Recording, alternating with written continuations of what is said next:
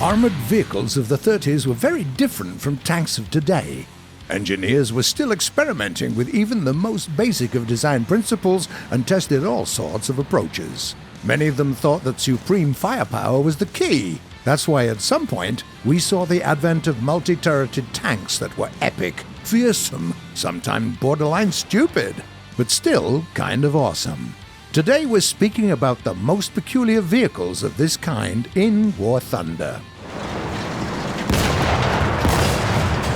Say hello to the American M2A2, the lightest multi-turreted vehicle on the list. A bit less than 9 tons of weight, a crew of 4, and 2 separate turrets. Its armament consists of 3 machine guns, 2 7.62mm ones, and 1 12.7mm that is controlled by the commander and not the gunner. Naturally, as there is no cannon on this tank, there is no loader in the crew.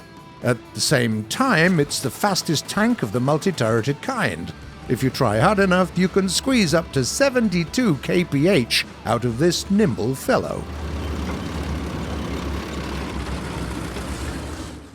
The German NBFZ is already noticeably bigger and almost 3 times heavier. It comes with 3 turrets, 2 of which carry MGs. But don't fret. The main turret is equipped with 2 proper guns, a 37mm one and a 75mm one.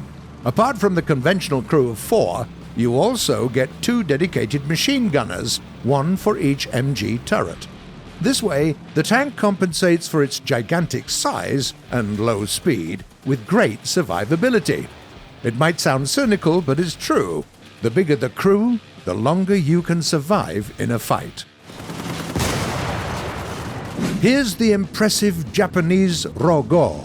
It's 25 tons and a half and has 2 full-fledged cannon turrets and 1 additional smallish MG turret in the rear. This vehicle is operated by a crew of 6. A gunner working the 37mm gun also doubles up as a loader for it, while the main caliber is serviced by 2 tankers. Yet another American vehicle on our list, the M3 Lee, is proof that sometimes when you want to create a vehicle that is a tank and a tank destroyer at the same time, and want it really, really badly, it might actually work. A very potent 75mm cannon with limited traverse, and therefore a restricted fire angle, is poking right out of the hull. There is also a separate turret on the roof, with a somewhat weaker gun. It's just a 37mm one.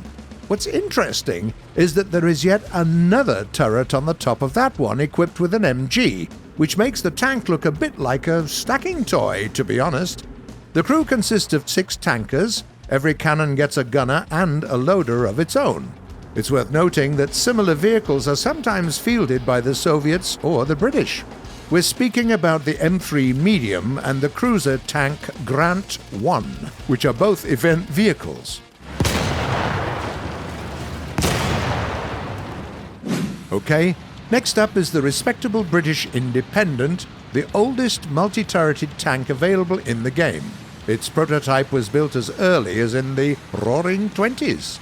It has 5 turrets and a crew of 8. Ooh, looks pretty intimidating, right? Well, that was the idea. In reality, the Independent carries only 1 cannon that's packing a punch, a 47mm gun in the main turret. All other guns are just puny 7.7mm machine guns that were made to appear as if they were something serious, so that an enemy wouldn't even dare to engage this monstrosity. Wait a second. Isn't that a tank with a single turret in a video about multi-turreted tanks? You see, even though the Chi-Ri-2 does only have a single turret, it also has 2 guns, and they can be controlled independently, so game mechanics-wise, it kinda counts, we say. That's why technically it is a multi-turreted tank that just so happens to have only 1 turret. Ah, the Japanese with their Zen stuff. Brilliant. Let's move on to the Soviet heavyweights. The T-35 is like a whole 1-bedroom apartment. with just lots of armor outside and on a 10-meter-long tank chassis, 52 tons of weight, 5 turrets, 3 big cannons, 5 MGs, and a crew of 10. Yeah, 10! The main caliber is a 76mm gun. 2 smaller ones are both 45mm cannons. This behemoth is powered by a 650 HP engine, which allows it to reach the speed of 30 kph. Pretty impressive. And finally, the heaviest vehicle on the list, the Soviet SMK, which is just 55 tons of pure joy. 2 turrets, 2 guns, a decent 76mm, and a punchy 45mm. Furthermore, the tank is pretty well armored while also being incredibly mobile for its size. It's not that surprising, though, given that it's powered by an almost 1,100 horsepower engine.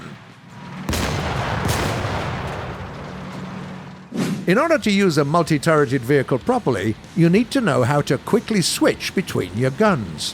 What's the use of having a lot of armaments if you can't use them all at will?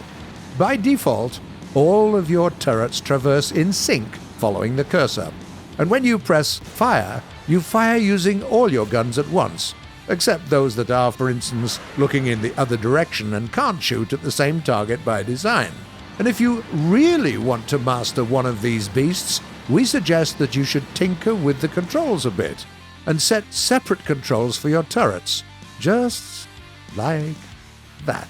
This will allow you to shoot your guns one after the other, effectively cutting on that boring time when nothing explodes. And this way, you'll be able to utilize proper scopes with different calibers. Now, a few words about tactics. Of course, as this class of tanks includes a very varied roster of vehicles, there aren't that many pieces of advice that would work for both a speedy M2A2 and one of the Soviet giants. But there are a few common traits that most multi-turret vehicles share. First of all, these tanks can take a lot of punishment. Any enemy tanker willing to take out all 6, 7, or even 10 members of your crew will have a tough time achieving that. That's a fact. Second, it will be much harder for your enemies to make you completely defenseless. Yeah, a shell might incapacitate one of your guns, but hardly ever 2 or 3. Not to mention that it's very unlikely that you run into another multi-turreted vehicle. They are pretty rare. There is also that independent trick.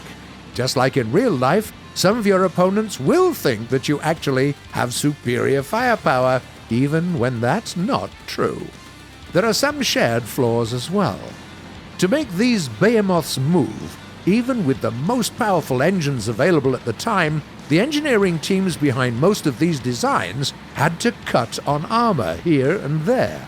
As a result, almost every single multi-turret tank is an ideal target for a good old artillery strike. It's big, doesn't have particularly thick armor, and probably won't leave the affected area in time, the M2A2 being a lucky exception. Furthermore, unusual design attracts attention. Be ready, because you will almost always be a priority target for the enemy team, and a very big and juicy target at that. But all these problems are more than outweighed by your superior survivability. Just take some time to learn how to shoot at several targets at once, get the hang of switching between guns at just the right time, and you are bound to help your opponents create a lot of happy, colorful memories. Have fun.